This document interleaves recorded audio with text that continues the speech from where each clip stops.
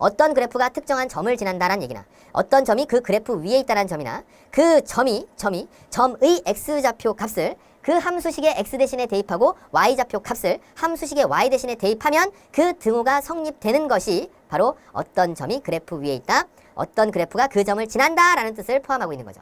자, 비슷한 형태의 문제인데 두 1차 함수 y는 ax-6과 y는 5x 플러스 2의 그래프가 모두 점 4,q를 지날 때라고 했어요. 선생님, 그래프라고 하는 건 그래프를 전부 다 그려봐야 되는 것 아닌가요?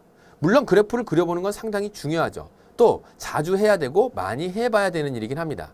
그런데 여기에서는 그 말 뜻을 이해해 본다면 무슨 뜻인 걸 알 수 있냐면 점 4,q라고 하는 것이 이 그래프가 지나는 점이고 이 그래프가 지나는 점이래요.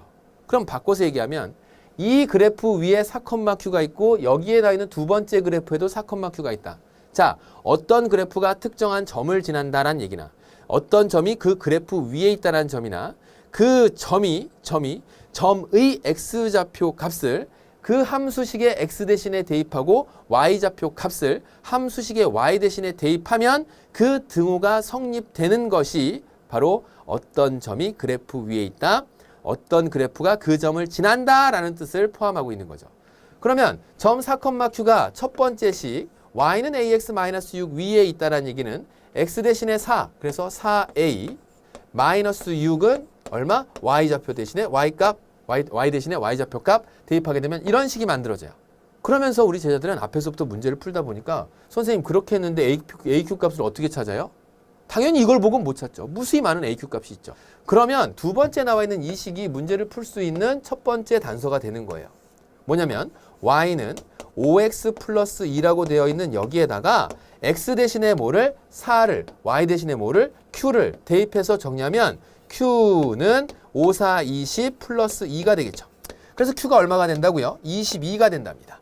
아하, 그 q가 그래서 22가 되는구나. q가 22가 된다면 여기에다 q 넣으면 얘가 22가 된다는 얘기고 결국 이 내용을 풀어내면 4a가 28이 된다는 얘기고 그러므로 a는 얼마가 된다? 옳지, a는 7이 되는구나.